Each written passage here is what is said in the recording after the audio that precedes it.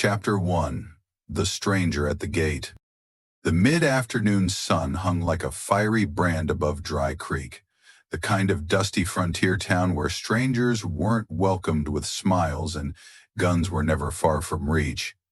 Dust devils danced between the saloon and the blacksmith, and the only green for miles was the pale sagebrush clinging stubbornly to the arid soil. Calder Boone stood alone on his ranch porch, a tall silhouette against the scorched landscape. At 32, Calder had the hardened face of a man who'd lost more than he'd loved. Deep-set eyes the color of whiskey, a jagged scar along his jaw, and hands calloused from too many years wrangling cattle and burying ghosts. His wife had died of fever 3 winters past, and he'd buried her under the lone sycamore behind the barn. Since then, his land was his only companion. That is, until the blood-stained figure stumbled into his corral. She collapsed against the water trough, her long, tangled hair black as a raven's wing, her buckskin dress torn and soaked with blood. Some of it dried, some still fresh. Calder saw the arrows at her back and the swollen ankle that dragged behind her. Apache. His first instinct was to reach for the rifle leaning against the post, but something stopped him, the way her lips fumbled for water, the way her eyes, even half-conscious, held no malice, just pain. He knelt beside her and cupped water to her mouth. She drank greedily. "You're gonna die if I leave you out here," he muttered. "Guess I can't have that on my conscience." He hoisted her up gently, carrying her inside like she weighed no more than a bundle of straw. He laid her on the cot in the back room, cleaned her wounds, pulled the arrow from her shoulder with gritted teeth and trembling hands. She didn't scream, just stared at him with dark, defiant eyes. "Name's Calder," he said eventually. "Ain't much of a talker." "Don't expect you are either." She didn't answer, just passed out cold. Chapter 2. The Fire and the Silence. Over the next 2 days, Calder cared for her like he would an injured horse. Silent, deliberate, respectful. He crushed herbs into salves and boiled wild mint for fever. Her fever broke on the 3rd morning, and she finally spoke. "I am Tala," she whispered. Her voice was low, musical, but hoarse from thirst. Calder nodded slowly. "You Apache?" "Yes." "You running from something?" She didn't answer. Instead, her eyes darted to the window. Calder didn't press her. Whatever had driven her across the unforgiving plains in that state must have been worse than anything he could imagine. But still, he worried. Keeping her here might be a death sentence. For both of them. That night, she joined him at the fire, limping but upright.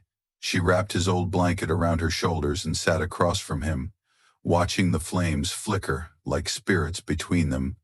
"Sasha, my brother was murdered by a band of whiskey traders," she said quietly. "They came with smiles and offered firewater. Then they shot him. I tried to stop them. They shot me too."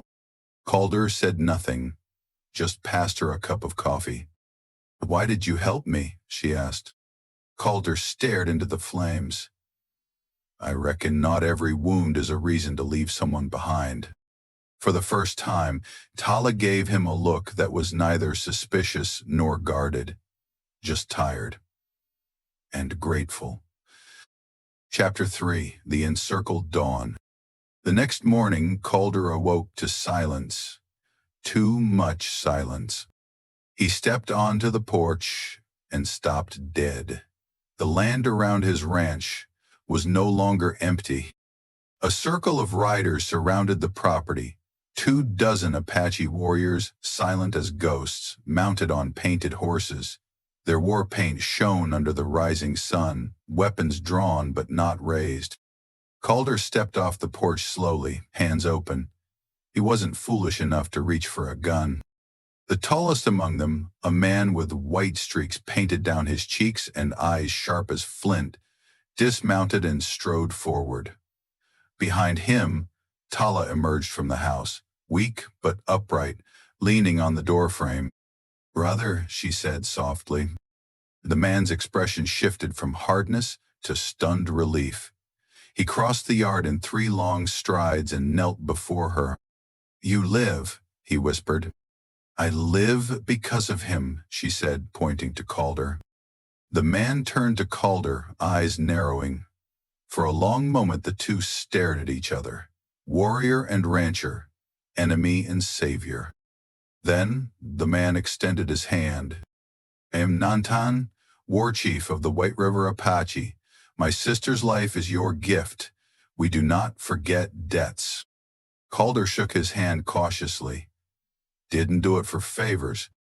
"Still," Nantan said, "if you had not, we would have taken your land, burned your barn, buried your bones beneath it." Calder gave a dry smile.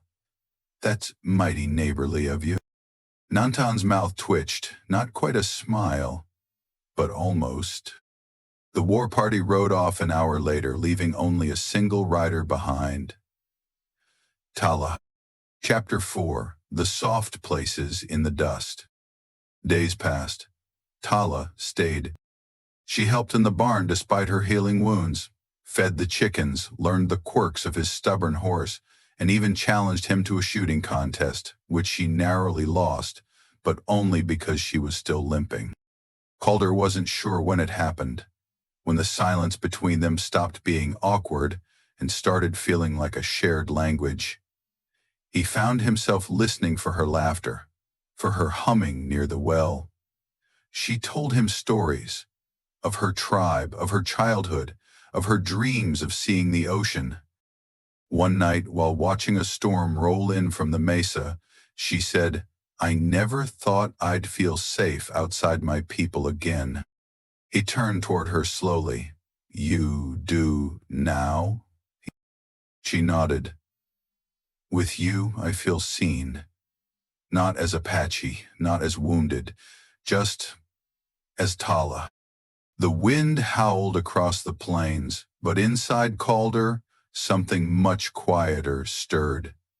He didn't say anything, just reached out and took her hand in his calloused one. He didn't pull away. Chapter 5. The Fire Returns. Trouble came back to Dry Creek, as it always did. The same band of whiskey traders who had gunned down Tala's brother returned, this time looking for cattle and chaos. They recognized Tala in the general store. A scuffle broke out. She fought like a wildcat, but they overwhelmed her, dragging her into the street as bait.